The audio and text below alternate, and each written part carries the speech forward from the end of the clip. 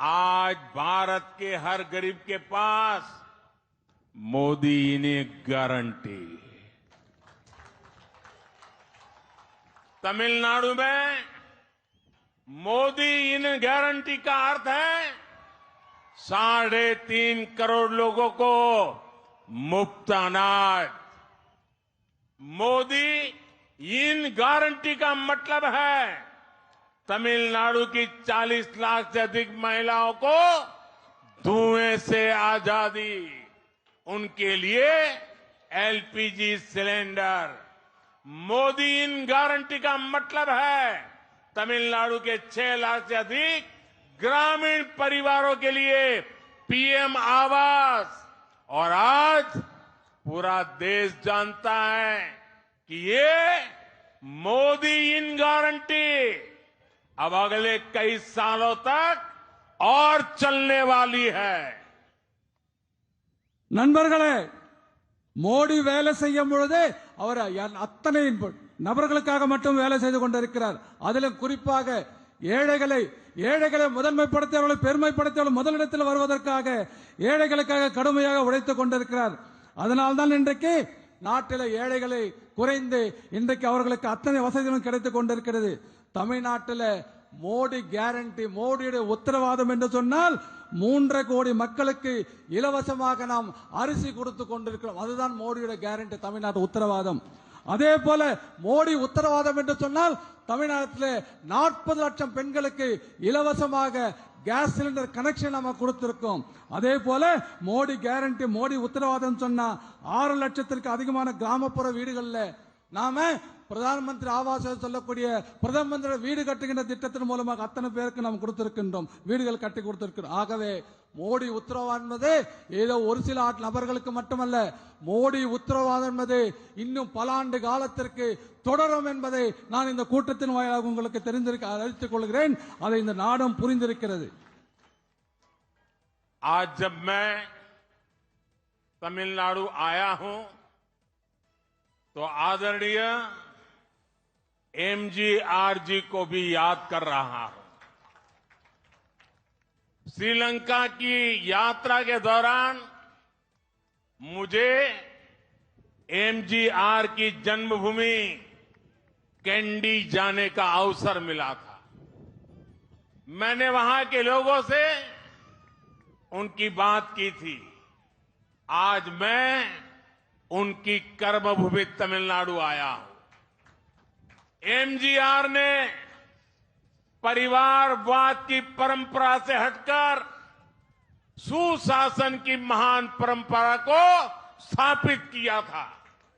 उन्होंने quality education और health care के लिए काम किया और यही कारण था कि समाज के नौजवान और महिलाएं उनका इतना सम्मान करते हैं।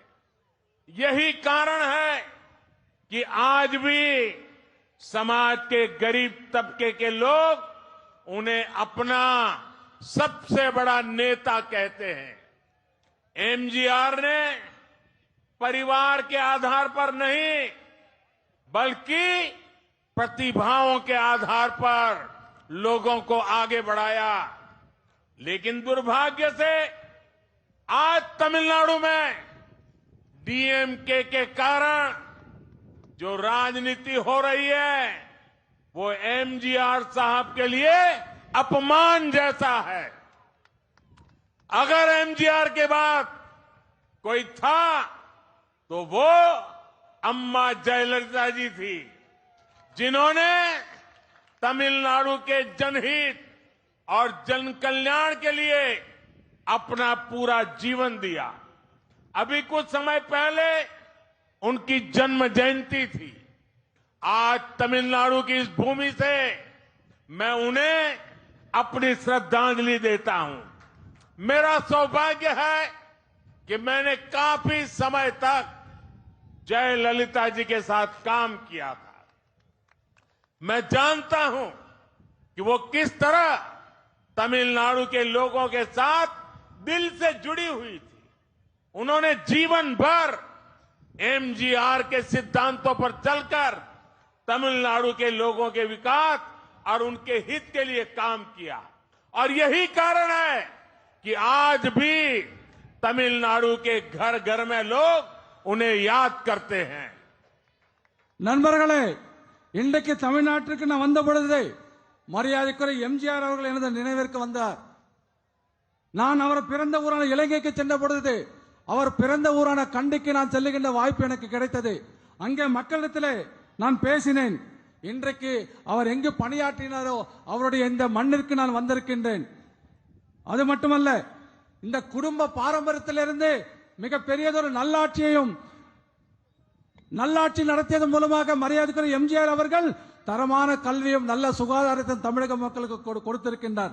அதன் காரணமாக சமூகத்தில் இளைஞர்களும் பெண்களும் அவரை மிகவும் மதிப்பதற்காக இந்த மிக பெரிய அளவில் மதித்து வந்தார்கள் என்பதை நமக்கு இதன் மூலமாக புரிந்து கொள்ள முடியும். அதற்காகத்தான் ஏழை மக்கள் அத்தனை பேரும் தமிழகத்திலே எம்ஜிஆரை ஒப்பற்ற தலைவர் என்று இன்றைக்கு புகழ்ந்து கொண்டிருக்கிறார்கள் பெரியவர்களே. அது மட்டுமல்ல, எம்ஜிஆர் அவர்கள் ஏதோ குடும்பத்து அரசியல் காரணமாக ஆட்சிக்கு வரவில்லை. அவர் அத்தனை ஆட்சியும் திறமைகளின் அடிப்படையில் தான் இந்த தமிழகத்தில் ஆட்சியை நடத்திருக்கின்றார். ஆனால் துரதிருஷ்டவசமாக இன்றைக்கு திராவிட முன்னேற்ற திமுகவால் தமிழகத்தில் எம்ஜிஆரை அவமானிப்பது போல அவரை கேவலப்படுத்துகின்ற ஒரு ஆட்சி இன்றைக்கு இங்கே நடந்து கொண்டிருக்கின்றது. எம்ஜிஆருக்கு பிறகு யாராவது ஒரு இந்த நாட்டிலே நல்லதொரு ஆட்சி கொடுத்திருப்பார்கள் என்று சொன்னால் அது அம்மா ஜெயலலிதா அவர்கள் மட்டுமே என்று என்னால் சொல்ல முடியும். காரணம், அவர் முழுக்க தனது வாழ்நாள் முழுவதும் இந்த பொது நலனுக்காகவும் தமிழக மக்களின் வளர்ச்சிக்காகவும் கொடுத்தார் என்று என்னால் சொல்ல முடியும். சிறிது நாட்களுக்கு முன்பாகத்தான் அவருடைய பிறந்த நாள் கொண்டாடப்பட்டது. ஆகவே இன்றைக்கு தமிழகத்திலிருந்து இந்த மண்ணிலிருந்து அவருக்கு நான் மீண்டும் ஒருமுறை என்னுடைய அஞ்சலியை செலுத்துகின்றேன். இது எனக்கு மிகப்பெரிய மகிழ்ச்சியை கொடுக்கின்றது. அது மட்டுமல்ல, ஜெயலலிதா அவர்களோடு மிக பல்லாண்டு காலம் நான் நெருங்கிய பணியாற்றிய பாக்கியம் எனக்கு கிடைத்திருக்கின்றது. அதே போல தமிழக மக்களோடு அவர் எப்படி மக்களோடு தன்னை தொடர்பு கொண்டு மக்களுக்காக எப்படி வாழ்ந்தார் என்பதை அத்தனை பேரும் நமக்கு அறிவோம். அது மட்டுமல்ல, எம்ஜிஆர் கொள்கைகளை கடைபிடித்து அதன் மூலமாக மக்களின் வளர்ச்சி மற்றும் மக்களின் நலனுக்காக மட்டும் பணியாற்றினார். அதன் காரணமாகத்தான் இன்றைக்கும் தமிழகத்தில் அனைத்து வீடுகளிலும் அவரை நினைவு கூர்ந்து வருவதற்கு இது ஒரு மிகப்பெரிய காரணமாக இருந்து கொண்டிருக்கின்றது.